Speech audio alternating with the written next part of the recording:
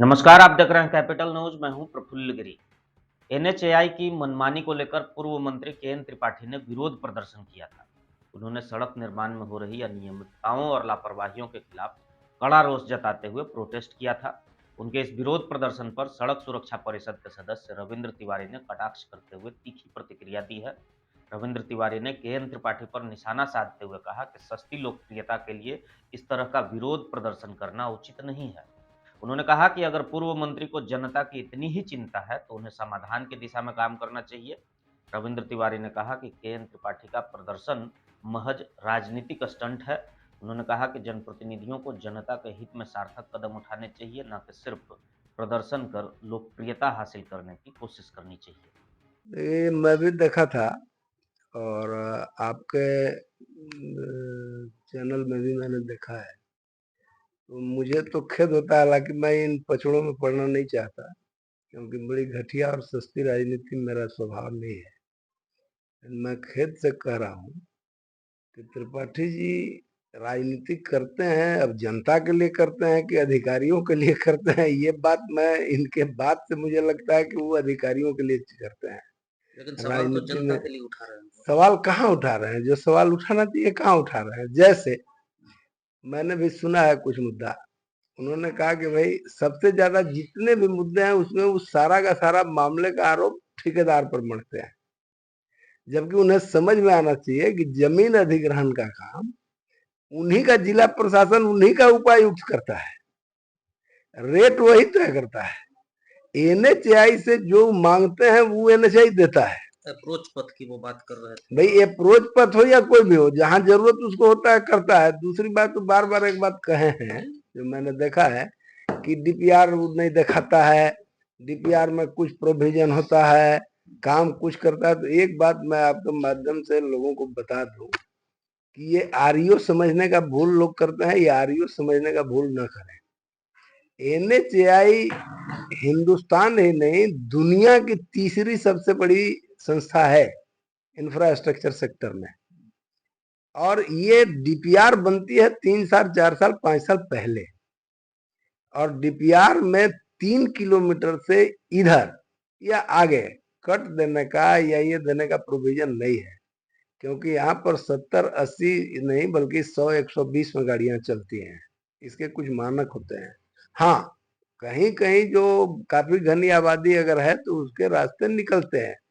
अभी आपको एक बात उन्होंने कहा था कि भाई आखिरकार जमीन का बिना मुआवजा दिए हुए कैसे कब्जा कर रहा है? तो ठेकेदार कब्जा नहीं करता, कब्जा उसको जिला प्रशासन देता है।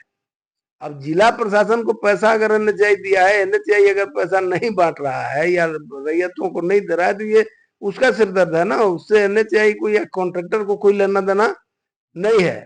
तीसरी बात कि डीपीआर डीपीआर आप चिल्लाते हो, डीपीआर आपको समझ में भी आता है। एनएचआई अकेला विभाग है जो रोड कंप्लीट जितना होता है उतना ही का बिल पेमेंट करता है। अगर आप ग्राउटिंग कर दिए या आधा अधूरा काम है, कुछ उसमें पूरा नहीं हुआ है, तो 1 रुपया आपको नहीं मिलेगा। बिना कंप्लीट किए हुए बिल वहां बनता ही नहीं है। इसलिए ये सब व्यर्थ की बातें हैं, और बार बार हर बात के लिए ठेकेदार पर लगाना, कोई भी कॉन्ट्रैक्टर का क्या ये काम होता है? ये साधारण बुद्धि की बात है कि कॉन्ट्रैक्टर टेंडर लेता है सड़क बनाने के लिए। अब वो टेंडर लिया, जमीन देना, जगह उपलब्ध कराना डिस्ट्रिक्ट एडमिनिस्ट्रेशन का काम है।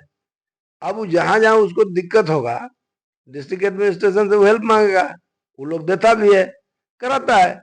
ये बात सच है। मैंने खुद भी आपके चैनल के माध्यम से, और यूं तो आज सपना उनको जग रही है, मैं तो आज 4-5 साल पहले से बोल रहा हूँ, मीटिंग कर रहा हूँ डीसी से लेकर सारे लोगों को, कि भाई अगर भारत सरकार, मेरे मंत्री जी कहते हैं कि अगर हम सड़क बना रहे हैं, 5,000 करोड़ का सिविल वर्क कर रहे हैं, तो 500 करोड़ रुपया अगर रईतों को देना पड़े तो उसमें कोई समस्या नहीं है। ले रेट तय कौन करेगा, देगा कौन? आप अब हमको जो रेट बोलोगे कि हमको 300 रुपये डिसमिल ही अगर हमारे यहाँ रेट है, तो एनएचआई जबरदस्ती तो 30,000 रुपये डिसमिल नहीं देगा। आपको पता होना होगा कि लहलहे से लेकर के यही सिंगरा वगैरह में, लहलहे में 1,400 रुपए का रेट तय किया था, उसको 72,000 मैंने कराया। उसके बाद यहाँ सिंगरा वाला जो एरिया है, इसका रेट इन लोग 30,000 रुपया तय किया था, 92,000 रुपया मैंने करवाया। हालांकि आज भी मैं मानता हूं कि 92,000 में भी मिलता उलता नहीं है, लेकिन अब उसका नियम है कि रजिस्ट्री जितना होता है उस हिसाब से लोग रिकॉर्ड निकालते हैं, करते हैं, करके देते हैं, जो कर सके वो हुआ। एक बात और उन्होंने बोला कि 30 साल नियम है कि 30 साल से जिसका दखल कब्जा रसीद कट रहा है उन सारे लोगों को मुआवजा मिलता है। मुझे भी पता है। इसी के चलते हम लोगों ने गढ़वा में रुका हुआ सारा चीज 1 साल तक मेहनत करके दिलवाया भी लोगों को। लेकिन यहाँ पर रैयतों को गरमजरुआ जमीन का पेमेंट रोकने का आदेश यहाँ का डीसी किया है, जिसके यहाँ बैठ करके कहते हैं कि सारे अधिकारियों को पॉलिसी लगा रहा है कि अधिकारियों को घमता नहीं है, फलाना नहीं करता है। इनका डीसी ही लगाया है, अब इनके राज्य सरकार का विषय है। अभी आपको मैं दिखाता हूं हम लोगों से डिमांड जो था उसके अनुकूल कितना इनको मिला है और कितना ये लोग पैसा बांटा है। आपको आश्चर्य होगा कि अभी भी ये लोग पैसा बांट नहीं पाते हैं और बात केवल अपना करते हैं। फिर इन्होंने एक बात कहा था, देखिए इनका टोटल 736 करोड़ रुपया इन्होंने डिमांड किया था, पूरा 736 करोड़ रुपया आरओ ने इनको अप्रूव कर दिया। उसमें 569 करोड़ रुपया इनको तत्काल बांटना था, जो इनको बैंक गारंटी मिलती है। तो सिर्फ 500 करोड़ बांटे हैं, 69 करोड़ रुपया अभी भी पड़ा हुआ है। 90 करोड़ रुपया और है जो जैसे ही वे लेंगे 2 दिन 1 दिन के अंदर में डिसवर्स हो जाता है। तो एनएचएआई की तरफ से कोई समस्या नहीं है।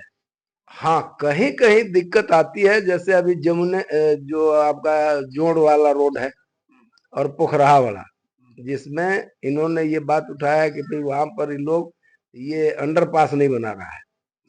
ये इनको कोई चीज की जानकारी नहीं है, ये बचपना वाला राजनीति करते हैं। अंडरपास को आप आए थे 4 महीना पहले और वहां पर भी था, और भी सिटी न्यूज और भी लोग आए थे, मैंने उनसे भी बताया था। अंडरपास को मैंने खुद रोकवाया है, मैंने खुद चिट्ठी दिया है, मैंने रोका है कि अंडरपास से जल जमाव की समस्या होगी, अंधेरा होगा, क्राइम का खतरा होगा, इसलिए उसको फ्लाईओवर बनाना ही विकल्प है। लेकिन रेलवे वाले लाइन की वजह से या रेलवे लाइन के चलते वो दिक्कत कर रहा है, वो एनओसी नहीं दे रहा है। अभी मैं खुद रेल मंत्री से मिला हूँ, उनसे बोला हूँ कि 6 घंटे का अगर ब्लॉक दिलवा दीजिएगा तो हम लोग फ्लाईओवर का काम करवा देंगे। उन्होंने कहा है अगर वो कर देते हैं तो हम लोग फ्लाईओवर ही बनवाएंगे, अगर नहीं करेंगे तो हमारी मजबूरी है, हम फिर तो अंडरपास ही बनाएंगे, दूसरा कोई रास्ता नहीं है। लेकिन बार बार ये करना, दूसरा कि कॉन्ट्रैक्टर कोई भी आता है तो लेबर जो होता है, जो काम करने वाला, वो कोई बाहर से ढो के थोड़ी लाता है। उन्होंने तो आरोप लगाया है कि बाहर से लोग लाए नहीं, वो आरोप लगा रहा है, घूमेंगे तब तो उनको पता चलेगा, उनको खुद आइडिया होगा तभी तो। हाँ, जो टेक्निकल चीज है, आप भी काम करने जाइएगा तो जो टेक्निकल एक्सपर्ट होगा, जो जानकार होगा, उसी से काम कराइएगा। कोई ये तो नहीं है कि कहीं भी उठाकर माटी डाल देना है, वो सब काम तो होता नहीं है। अभी हमने खुद जो है 7-8 लोगों को लगवाया है काम में, ये जो हम लोगों का टोल वसूली में जो लगता है उसमें, या काम में अनेकों लोगों को जो आते हैं, जो हो पाता है, जो जिस लायक होते हैं, हम लोग काम लगवाते भी है, लोग करता भी है। नहीं, जो करने लायक होगा वही करेगा ना। अब ऐसा थोड़ी है कि कोई भी आकर के कहीं कर लेगा। अब वहां से उठा करके एक चीज जरूर था जो मैंने भी कॉन्ट्रेक्टर को बोला था, वह था फ्लाई एश का। फ्लाई एश का आन करके जो गिरा हुआ है, जो यूज नहीं किया है, तो उसकी भी अब मजबूरी है। अब उस समय फ्लाई ऐश जो है सो वाकई में बहुत खराब चीज है, लेकिन इसके चलते जितने पावर प्लांट थे उसमें पहाड़ लग जाते थे। नितिन जी ने उसको कहा कि भैया इस पहाड़ को कंजम्पशन करने के लिए ले आओ, हमारे सड़क में डाल दो, हम उसको यूज कर लेंगे। आने लगा। अब ये क्या किया, जो फ्लाई ऐश वाला कॉन्ट्रेक्टर था उसने अनाप शनाप ला करके गिरा दिया। अब गिरा दिया तो उसको जगह देखेगा तभी यूज करेगा, ऐसे कर नहीं सकता। लेकिन ये सही है कि फ्लाई ऐश बहुत ज्यादा दिन तक स्टोर नहीं होना चाहिए, ये बात हम भी बोलते हैं, सारे लोग बोलते हैं, लेकिन वो भी जगह देखेगा तभी बुझाएगा।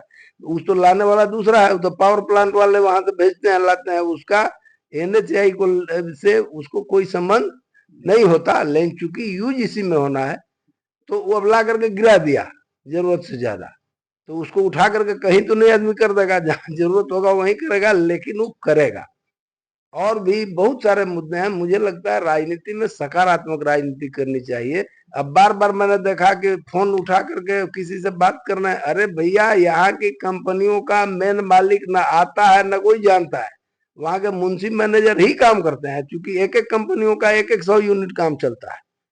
तो उस पर अगर आपको करना है तो आप सीधे तौर पर एनएचएआई के अधिकारी बैठे हुए हैं, आपको कोई जानकारी लेना है तो ऑलरेडी ऑफिस बना हुआ है, आप उसे मांग सकते हैं, उससे जानकारी ले सकते हैं, देख सकते हैं। उसमें कॉन्ट्रैक्टर को ढूंढने का कहाँ जरूरत है? तो बार बार कॉन्ट्रैक्टर को बोलने और ढूंढने का अर्थ दुनिया जानती है, सब कुछ जानता है कि इसका मतलब क्या हो सकता है।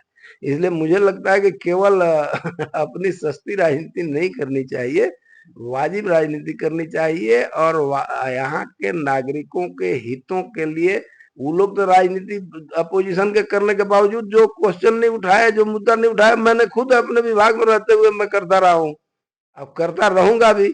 और नितिन जी के समय में आम जनता के हितों के विरुद्ध न कोई काम हुआ है, न कोई काम होगा, यही मैं बताना चाहता हूँ।